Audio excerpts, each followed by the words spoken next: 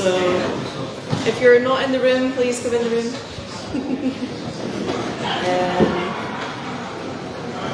So everyone's here? A few more people coming in? Okay, great.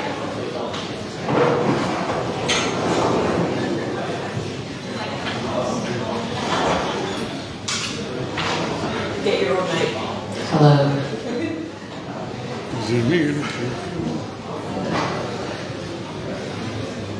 Ready? Okay, great.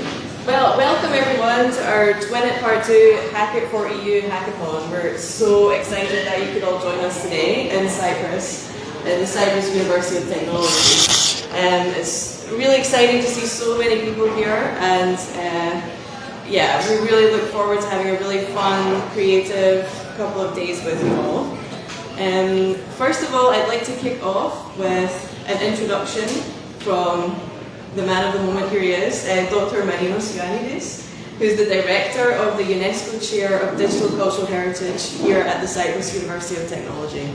A man who almost needs no introduction, I would say, around here.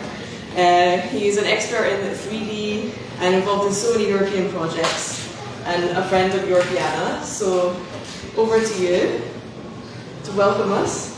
Kalimera. Kalimera. Καλώς ορίσατε.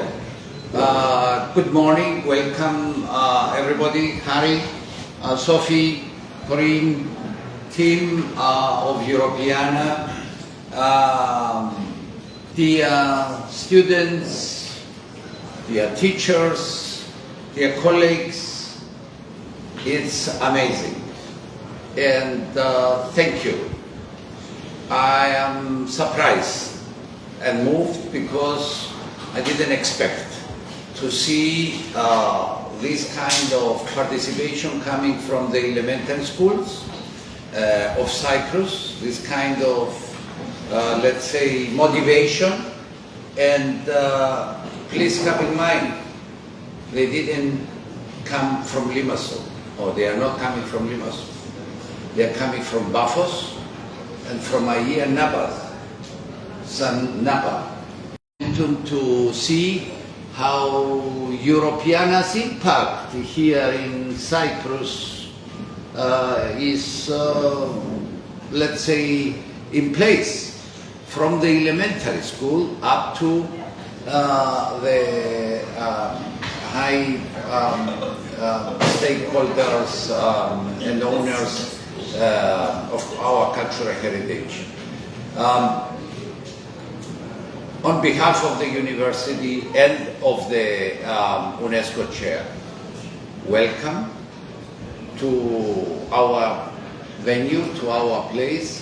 I wish to everybody success, fruitful competition, and excellent results at the end of the 2 days long competition.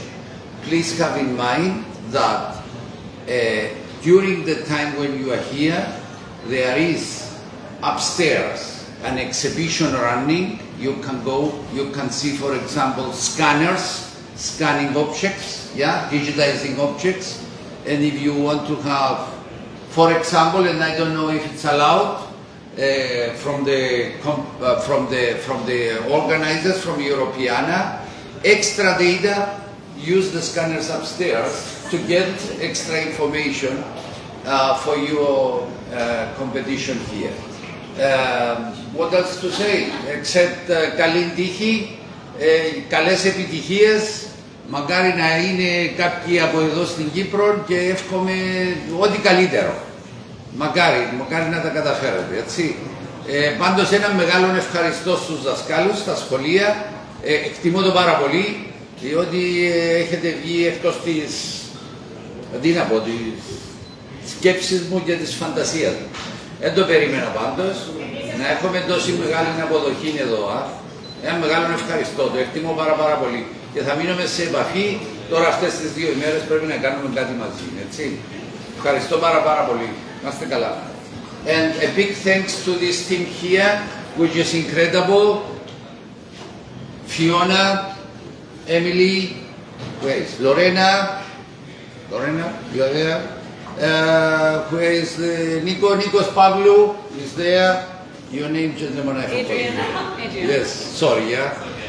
And of course, the big boss, Harry, the kids wants to have a photo with you, yeah? Don't leave the place without having a photo with you, yeah? Actually, they came for him to have a photo, but then they take the opportunity there. Okay, and thank you very, very much, everybody, and thanks. Wishing you the best, yeah? Thank you.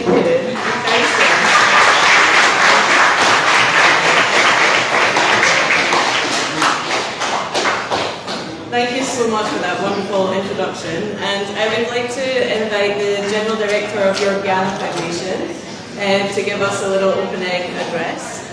Harry, could you come to the stage, please? Thank you very much. Hello, everyone. My name is Harry. I'm from the Netherlands, and I'm now in front of you. Hello, welcome, everyone. I'm from the Netherlands, and as you all know, we'll win the World Cup in a couple of months, right? Right. So we're super pleased. I'm super pleased to be here with you. And so what we do as Europeana, we make old buildings and old photographs and old paintings, and we make them digital. So hopefully people like you can do something interesting with it. So I think I could summarize what we do is we make old stuff available to mostly old people normally. So I'm extremely pleased to see that you've lowered the average age in this room considerably from the people I normally talk to. I just wanted to say what you see here is the kind of objects you will be working with. Who recognizes this building? Could you raise your hand if you recognize it? Yeah, of course. Because you are, this is from your island, right? This is something, this is a monastery, Neophytos, somewhere out of Pathos, I think, not very far away from here. And these are the kinds of things that we digitize, make available, and we hope that you can do something really creative with. So I just want to say thank you to Marinos and the Cyprus University of Technology and everyone else who joined us here, and I hope we're going to have 2 very fun days where some really interesting results will come out of tomorrow, right? Tomorrow is the jury. So I'll hand you over. Thank you very much, and good luck with the competition. Thank you so much, Harry. Thank you so much, everyone. So we're going to talk to you a little bit about the hackathon. So if it's your first time to a hackathon, don't worry, we'll explain everything. So welcome. Your lead mentors today will be myself, Fiona, and Emilia. We are both from the Europeana Foundation. I myself worked a lot in data, from metadata, cultural heritage data. My background is actually Roman archaeology, but on the digital humanities side. And I'm very creative, so I just love to do these kinds of tasks like a hackathon. Emilia, do you want to say a few words about your role? Definitely. Hi everybody, I'm Emilia. I am the API Partnerships Lead at Europeana, so if at any point today you have questions about the APIs, come to me. Yeah, my background. So I actually come from art school. I started by creating art myself. Eventually moved to a more digital agency type of background, so I'm quite familiar with the creation of apps and websites. So definitely the cultural heritage API role make perfect sense for me. And yeah, I'm super excited to see what we create today. Oh, thanks so much. By the way, in case you're wondering about the accent, I'm Scottish. And, yeah, mine is a bit complicated. My name and my origins are from North Macedonia, and I've actually lived in Canada for 13 years and then lived in the Netherlands for 8. So I'm a bit all over the place. Thank you. Yeah, we have a great team today. So we have Nikos Pavlos, if you can give us a wave. He's managing our event today. And then we have our colleague Adrian, if you have any questions. He's also a good person to talk to. But we'll tell you about everyone in a second. But first of all, at our events from Europeana, we always work with these inclusive engagement guidelines. So these are some guidelines that we encourage all participants to think about to have a thoughtful and considerate conversation with each other. So we ask people to listen with the same energy and focus that they want to be heard by. embrace a learning mindset, to be aware of their own biases and respect all points of view. And if you do make mistakes, because we can all make mistakes, then we ask you to just own that and apologise and make amends. Any person has the right to speak up and identify if you think that something's not quite right. Please do flag to one of the staff members that I have just mentioned if you have any issues or there's anything that you'd like to discuss with us. But basically we want to make sure this is a safe space for everyone to have some fun together, okay? So why are we here? We're here because at Europeana Foundation we've been running this great campaign called Twin It. Twin It, we're now in part 2 of the campaign, is a campaign to invite member states, so that's all of the European Union member states, to submit at least one high quality and fit for purpose 3D digital object to the Cultural Heritage Data Space, the Data Space for Cultural Heritage. And really the idea of submitting that data to the data space is so that it can be reused. So for example, a great way to reuse the data is like today in a hackathon. So that's why we're here. And on Europeana, we have so many objects. We have more than 30 million objects on our website, Europeana.eu. So that includes all of these Twin It objects. But we encourage you to use any of the data on our website or any open data sources today. So we have a little video just showing our website. So this is a little old, so we have already more than 60 million items since this video was made. But yeah, if you have any questions about this, we will answer those later on. Where does the data come from? So the data, all these 60 million items in Europeana, they come from a network of cultural heritage institutions from all over Europe. So we have more than 4,000 institutions, that's libraries, museums and archives, submitting data to us. So it's really varied and diverse. For example, really high quality images that you can use in different projects. Of course, these amazing 3D models. We have so many different kinds. And we'll send you this slide deck later so you can have a look. But these are the Twin It models. So these are the ones that are openly licensed that you can use in so many creative ways. And why are we doing the hackathon? Well, we find we do a lot of hackathons at Europeana. And we find that they're such a great way to interact with the data, to be creative, to come up with something fun and interesting solutions to issues that affect all of us in our lives. So we really want to encourage you to think about different solutions for challenges like sustainable tourism, heritage preservation, technological innovation, research and education. And I've just put a couple of examples on the slide here that people have made in previous hackathons. So on the left we have an exhibition map from HuMap. This was from Twin It 1. Objects, showing them on a map. And we have a Guess the Date app that CogHack made for us, which is pretty cool, during a hackathon. And then on the bottom, this one is from Built with Bits last year, which is a project where children are working with the heritage data and creating virtual exhibitions. So you can see what can be achieved just with this data. So today we have 2 different tracks. You may have noticed, as Harry mentioned, that we're really lowering our usual age of participants in events, which is so great. So we have a school track, and the school groups are going to be up on the 2nd floor. And then we have heritage and tourism professionals, also some students and creatives and researchers. Later on we'll put you into teams of 5, and everyone can be in this room. And for the pro track projects, you need to use at least one Twin It model in your project, okay? Alongside any other data, of course. And the themes we can look at today are, as I mentioned, sustainable tourism, heritage preservation, technological innovation, research, education. And the goal that you're working towards is to have a presentation pitch of the idea at the end of the 2 days. So that's tomorrow at 3 o'clock. So the challenge is to deliver a creative proposal exploring more of one of these themes. The proposal could be anything. It could be a collage, a visualization, a poster, an app, a game. Just feel inspired. And we would license that as CC BY, that's what we would ask.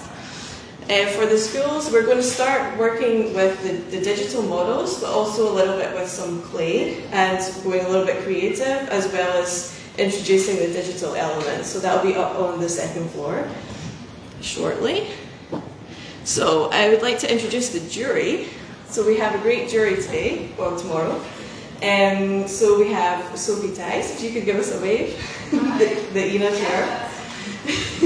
And we have Corina, give us a little wave. Panis, I don't know if he's here. Yeah. And Michael, they might be coming in later on today. So these are our jury. Sophie, do you want to join me for a sec? Just put you on the spot, sorry. So before, and maybe need to refresh this presentation actually. Can I refresh it, Amelia? Yeah. It's live, right? Yeah. Maybe you could just say a few words about the involvement. I have a little slide about the prizes, so that's what I'm just getting at. Okay, morning everyone. My name is Sophie. There we go. I'm half Belgian and half Greek, so I feel always, whenever I am, like a strange bird. And I will also be looking at your creations to find some strange birdedness, okay? So totally think out of the box, go a little bit crazy. That's what we're looking for here. With the Europeana Network Association, which is a group of over 6,000 people who really love this kind of stuff, so the digital heritage spiel, if I can call it that. We form an association, so we come together, we organize events together, we follow courses, we try to think of futures for how to manage digital cultural heritage in the age of AI and beyond. And we thought, okay, what could be a better investment in the future than contributing to this competition? So we are sponsoring some of the prizes that Fiona will present to you. We are also making sure that we celebrate together tomorrow after the competition ends.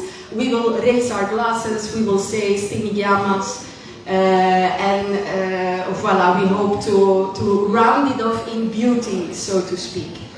Is that okay, Fiona? By the way, anyone with an interest can apply to become a member of this association. You don't have to be of a certain age or a certain job. Everybody who feels after today really passionate about digital culture, go and have a look. Europeana Network Association. You register for free. Your application lands in my mailbox, and I hope to see many of you there in a couple of weeks. That's it from me. Thank you so much, Sophie. So yeah, we definitely encourage you to sign up. Thank you.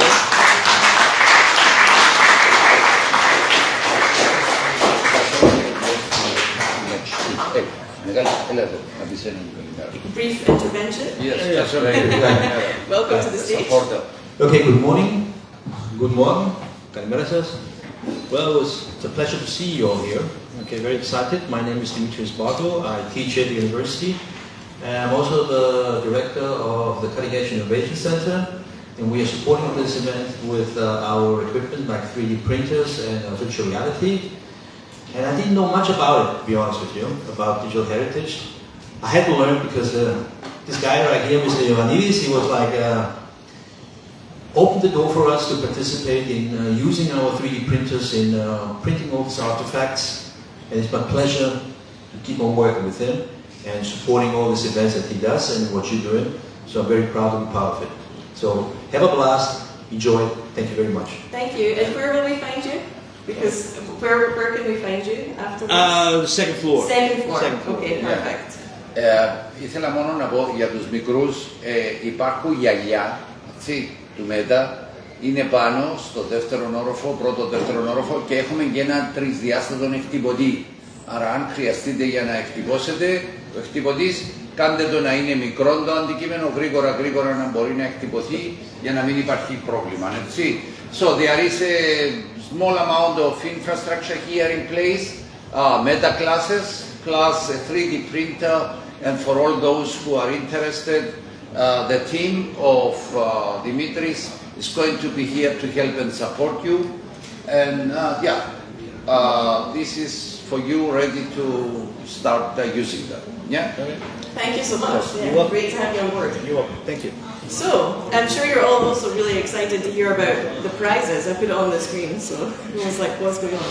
So yeah, there is actually a prize. The prizes are sponsored by the Europeana Network Association, so thank you for that. So for the winning team, the prize will be €500. So that's from the professional track. From the school groups, each winning team will win €100. So that's what you're working towards. Of course, there's the eternal fame and glory of just being the winner, which counts for quite a lot in our world. Of course, you'll also get featured on the Data Space for Cultural Heritage website and our social media, and we can issue you with a digital certification of participation in the event as well. So if you have any questions about that, let us know. But those are what the prizes are, so just to be transparent about that from the beginning. But great to be working towards something. And I mentioned that we have a lot of mentors today, so we've just heard from a few, so that's great, and myself and Amelia. But we have quite a few people here, so I'll go around the room and if you could just give us a wave. So we have Antonella Freza from Photo Consortium, there she is, and Nikos Papos, I mentioned. Panis, is he here? Tomorrow. Myself and Amelia. Is Sander in the room today at the moment? No? Okay. Adrian, I mentioned, give us a wave. Valentinos? He's here. Where? Give us a wave, Valentino. He's here. Okay, he's just outside. And Panis, you're there? And Javier? Do we have Javier? Yeah. He's in the building, so a lot of people are in the building. Well, luckily we have a program, so that's good. Do we want to mention what the mentors are useful for? Yeah, why don't you give us a bit of Sure. intro? I signed myself up for that. So the mentors, we do have specific mentor check-in hours. The idea is that you can drop in, it's sort of like a drop-in office hours, and you can ask any sort of questions you might have. So from anything, maybe conceptual, like, hey, what do you think about our idea? Maybe if you're struggling with some more technical things, anytime you just want to check in and have a chat about what's happening, or maybe you're like, remind me again, or something about the pitch, how am I supposed to do that? You can come to the list of people that you saw. That's right. Yeah, and all of our mentors have different expertises. So basically, later on you can meet them in more detail, and they can also tell you what it is that they can help you with. But just to go over the program for today, so we're just kicking off now, and the hackathon will be officially starting at 11 o'clock. We have lunch at 12:30. Lunch is outside. You can eat in this room also, so you can take lunch and you can take it back into this room, but you can't eat in any of the other rooms, just to be clear, but it's okay in this one. We'll have the first mentor check-in after lunch, so we'll have the mentors in this room after lunch, maybe not everyone, but most of them. Then the hacking commences, and then we'll have another check-in at 4:30. And then we would expect people to leave around 6 o'clock today.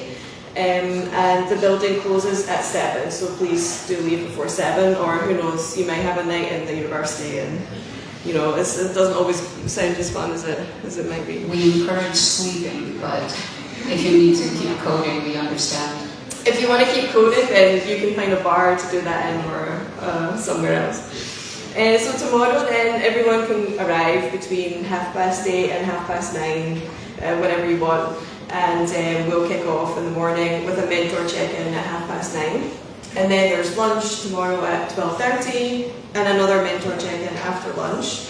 For the students, we would also have their creations to be finished tomorrow after lunch, where they will be judged, and then we will announce the student winner tomorrow at 3 o'clock.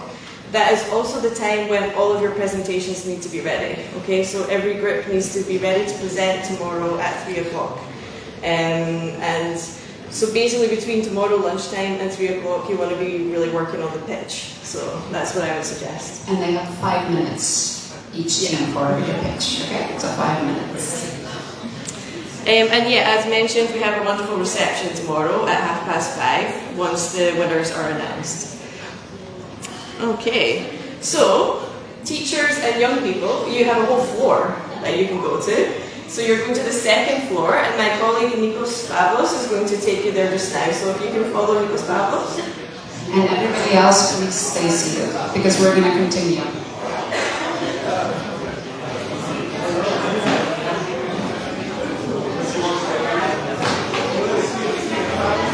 Okay, so everything's on. You just turn the mic on and off.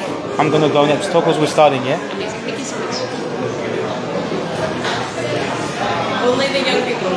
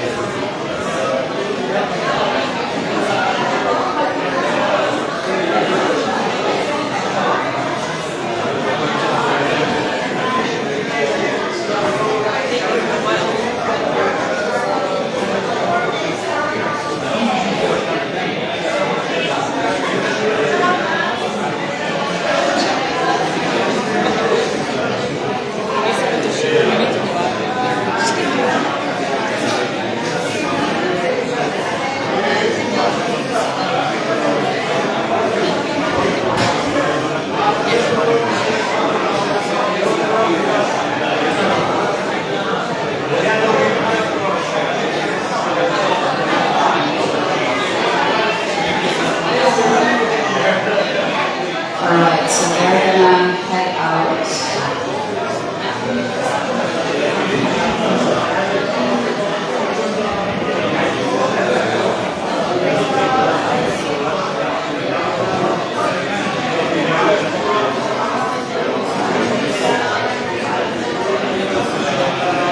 Have fun.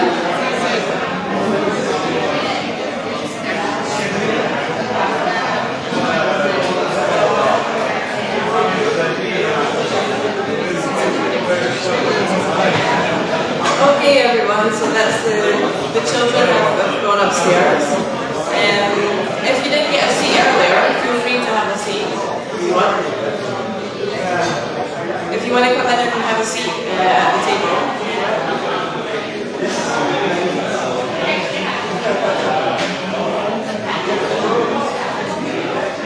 So what we're left with is the professionals, okay? You're all professionals. It's just a reminder for myself, really. Okay.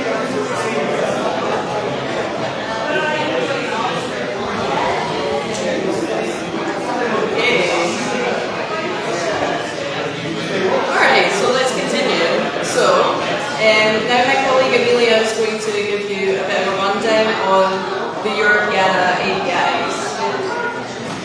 Alright, are we ready to dive into it? I think we've got one child that doesn't want to leave, so we have to resolve this first.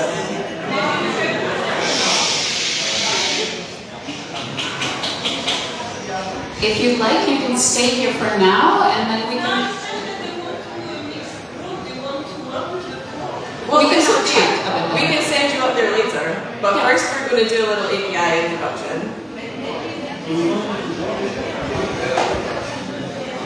You can stay if you want. It's okay. I know, they look more professional than I do, so yeah. You're welcome to stay. Yeah.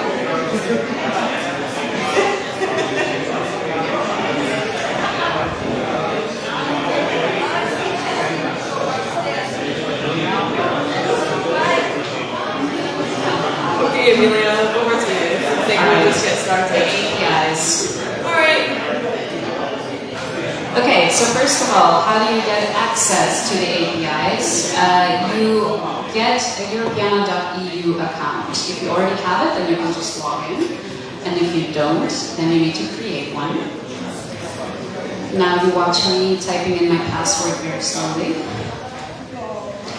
Once you're in your Europeana account, you have to go to My Profile. there's an arrow next to your name. You click on Manage API Keys, and here you see the Personal API Keys section. If you already have an API key, it will be displayed there. If you don't, you have to check a little box and you have to press the button. You will automatically get a project key, okay? It will be issued right away. You'll see in the lower part of the page where you can request a project key. You do not need a project key for the hackathon, so please just use the personal key. Also, because the project key, if you fill out the form, it's going to take 2 to 3 hours for you to get a key, which we don't want, because there's a person looking at those. So just request the personal key, please. If you're not used to using APIs, you can always go on the Europeana.eu page. You can search for what you're looking for here. And you can scroll all the way to the bottom of the page. You can watch me scroll very slow again. And you can click this little thing on the footer that says See Request to Europeana APIs. By the way, you will all get access to this presentation later, so you can look through it. You will see a button in the footer. If you press on it, you will see all of the calls that, all the API calls that are made for that search. So that will give you a good idea of how the calls are structured. Another useful entry point, if you're not comfortable with using the APIs, are our consoles. The links will be included in the starter kit, which you will get in just a minute. But the consoles, which you can see right here, is basically a little bit more of like an interface that you can use to enter all of your search details. So for example, you can press on Try It Out, and you can type in all of the things that you want to search. The nice thing about the console, you can watch me select things. The nice thing about the console is that once you send the request, within the console, you get to see how the query is structured. So if you're not comfortable with queries, that's really useful. And you also get to see the API response in the console as well. If you're very new to APIs, we also recommend downloading this browser extension. Every time you make an API call, you have to provide your key. And our preferred way to provide your API key is through an HTTP header. This is one browser extension that allows you to do that. This is also included in the starter kit in just a minute. So you can download it from there. Another recommended browser extension, if you've never used an API, you will get something like this, which is not readable. Maybe you can read it, I cannot. So what we recommend is downloading something like a JSON formatter so that your response looks like this. So you can collapse things, expand things, and it's again hierarchical, so you can actually read things as well. Okay, our actual APIs. So we have quite a few. Probably the most useful for you today are the search and the record API. And if you're working with 2D images, then our IIIF API is probably quite useful as well. Otherwise, we also have the entity, user set, thumbnail, annotation, sparkle, download APIs as well. The search API is quite simple. You can go in there and say, show me all of the items that have to do with Cyprus, and you will get a list of all of the items. Once you find an item that you're like, this looks really interesting, you grab the ID and you put that into the record API and you get a full list of all the metadata that we have for that record.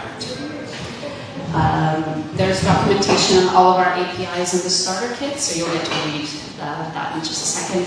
And if you have any questions about any APIs, just ask me. So what is available, right? Like we have over 60 million items. What is there? We have all sorts of different types of assets, so keep that in mind. Not just 3D models or images. We have videos, books, manuscripts, music even. So maybe you want to do something interesting with music. I think that's always exciting.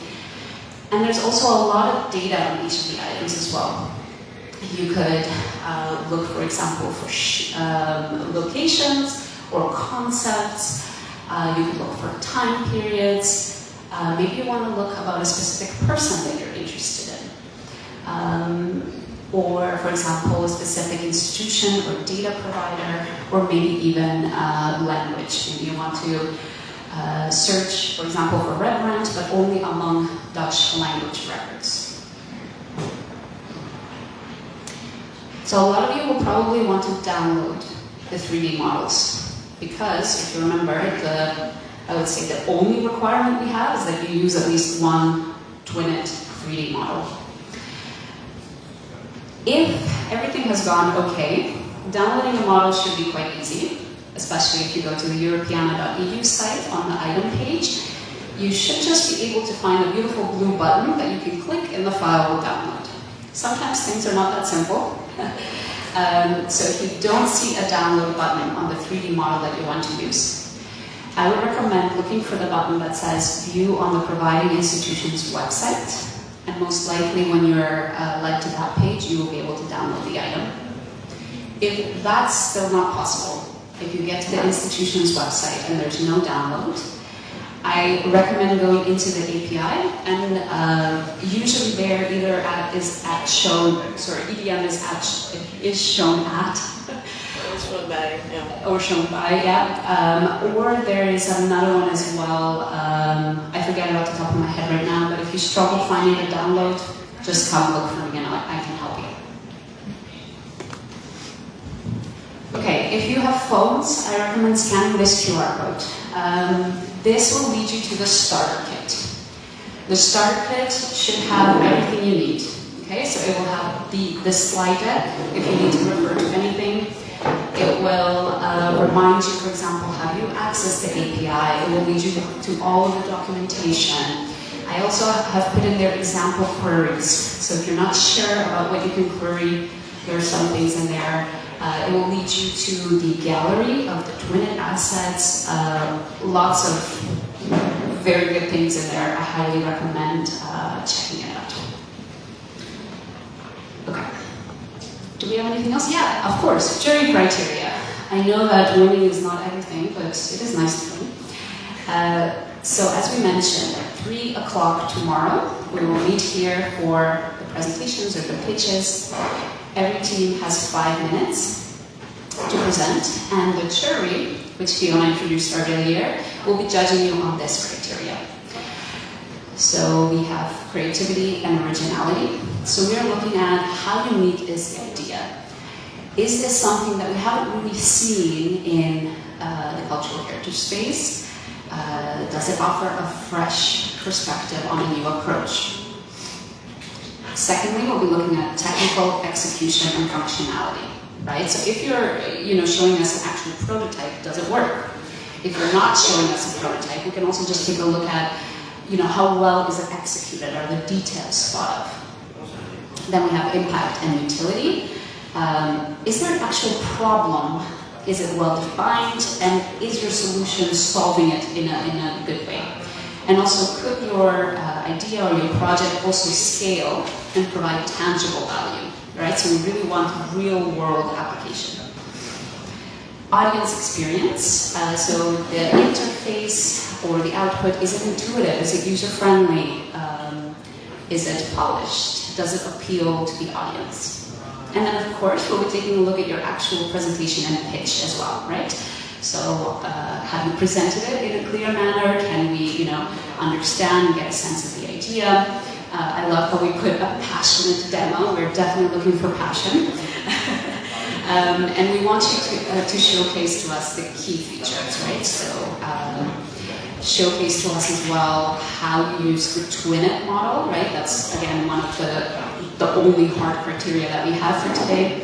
And also, how have you addressed one of the challenges that Fiona shared with you earlier?